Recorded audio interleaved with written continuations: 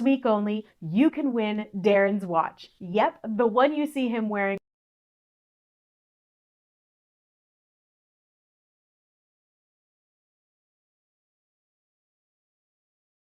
Fourth quarter of the year, now is when is the best time to separate from the rest. That means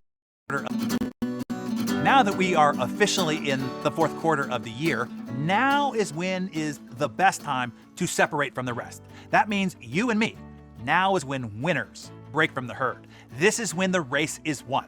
The market share is captured. The competition is overrun, and those massive goals everybody else thought were unattainable are captured.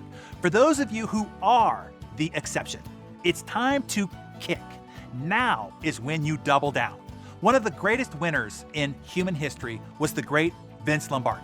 Vince Lombardi never had a losing season as a head football coach. He had a remarkable 74% winning percentage through his entire career. And when it really counted, for him it was postseason, for you and me it's the fourth quarter, his winning percentage was an unbelievable 90%.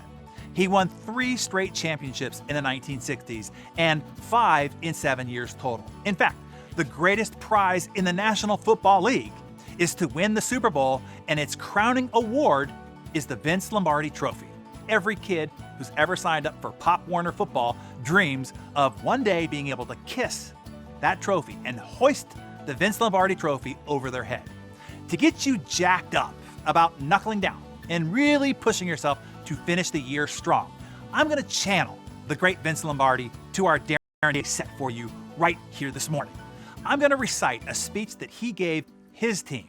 This is what he told them to get them to put in that extra effort, to go that extra mile. This is how he instructed them to do so, how to win. I want you to feel every word of it, own it, embody it, and then go out and do it.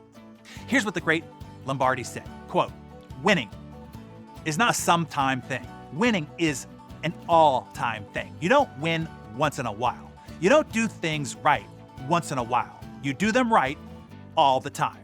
Winning is a habit, and unfortunately, for most, so is losing. There is no room for second place. There is only one place in my game, and that is first place. I have finished second twice in my time at Green Bay, and I don't ever want to finish second again. There is a second place bowl game, but it's a game for losers played by losers. It is, and always has been, an American zeal to be first in anything that we do, and to win, and to win, and to win. Every time a football player goes to ply their trade, they've got to play from the ground up, from the soles of their feet, right up through their head. Every inch of them has to play. Some people play with their heads. That's okay. You've got to be smart to be number one in any business, but more importantly, you've got to play with your heart, with every fiber of your body. If you're lucky enough to find someone with a lot of head and heart, they're never going to come off the field second. Running a football team is no different than running any other kind of organization, an army, a political party, or a business. The principles are the same. The object is to win, to beat the other team. Maybe that sounds hard or cruel. I don't think that it is. It's really a reality of life that people are competitive, and the most competitive games draw the most competitive people. That is why they are there, to compete. The object is to win fairly, squarely, by the rules, but to win. And in truth, I've never known a person worth their salt who in the long run, deep down in their heart, didn't appreciate the grind, the discipline, the challenge. There is something in good people that really yearns for discipline and the harsh reality of head-to-head combat.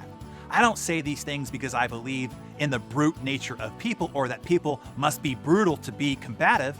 I believe in God and I believe in human decency. But I firmly believe that any person's finest hour, their greatest fulfillment to all that they hold dear, is that moment when they have worked their heart out for a good cause, and then they lie exhausted on the field of battle, victorious. End quote. That's inspiring, right? I mean, come on. Doesn't that make you want to go out and go after your big goals with a club and then crush it in the marketplace? I know it does me. Let's go do it. Let's seize this moment and make it our finest hour. Let's play full out with all our head and our heart and with every fiber of our body. Let's go after all that we hold dear, so that when the clock strikes midnight, December 31st, we can lie on the battlefield, exhausted and victorious. If you're up for it, write #TimeToBreakAway in the comments below.